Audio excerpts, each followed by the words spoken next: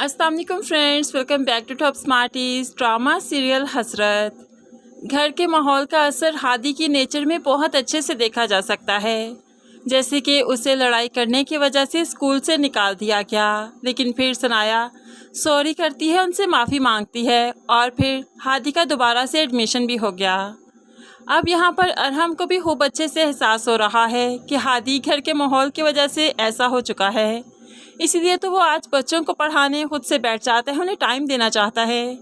तभी सनाया जो किचन से बच्चों के लिए दूध देने गई थी वापस आई तो देखकर हैरान है और तंजन फिर अरहम से कह भी दिया, आज बड़ा शिद्दत से बाप होने का एहसास हो रहा है, वरना तो कभी आपको फबीहा से कभी फुर्सत मिली ही नहीं थी कि बच्चों की तरफ ध्यान देते। तभी तो हादी ऐसा हो चुका है, ये सब आपकी गलती है। अब तो अरहम फिर से सनाया पर चिल्लाने लगा, ये तुम्हारे दिमाग का फतूर है जिसकी वजह से बच्चे ऐसे हो रहे हैं क्योंकि तुम उन्हें मेरे खिलाफ भड़काती हो।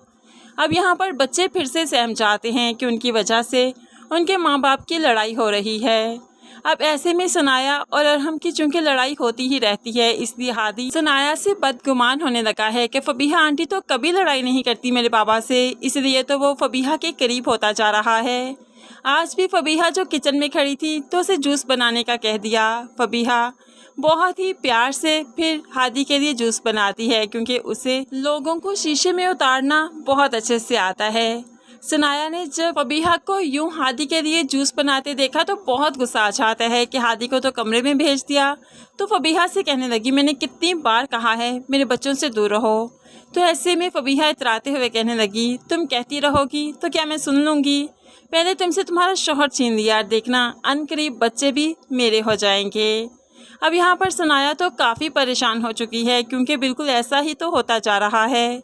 सनाया अपनी भाभी से भी कहने लगी, अरहम सिर्फ मेरे गुनहगार नहीं बच्चों के भी हैं, वो बच्चों का हक भी फबीहा को देते हैं। जब फबीहा का बेबी आ जाएगा मेरे बच्चों की तो कोई औकात नहीं रह जाएगी। तो सौम्या अब सनाया को समझाती है, जिस जंग के लिए तुम कूद पड़ी हो उसमें लड़ना सीखो, हिम्मत मत हारो। दूसरी तरफ हमसा की बहन को जो लड़के वाले देखने आए तो फरहीन बहुत अच्छे से सारा कुछ मैनेज करती है, खाने बनाती है ताकि हमसा को इम्प्रेस कर सके, और इस घर को वैसे भी वो अपना घर ही तो मानती है।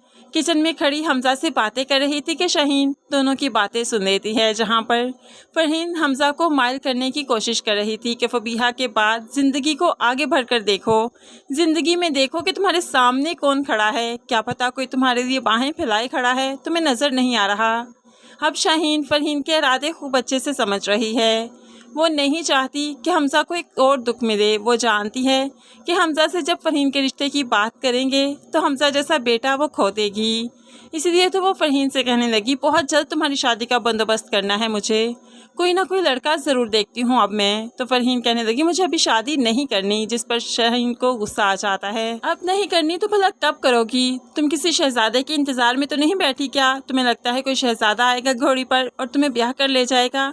बीबी ये सब कुछ फिल्मों और ड्रामों में होता है, हकीकत में नहीं। लेकिन फरहीन के साथ तो ये सब कुछ हकीकत में होगा। जब हमजा की बहन खुद हमजा का रिश्ता लेकर फरहीन के लिए आएगी तब शाहीन बेगम इनकार नहीं कर पाएगी।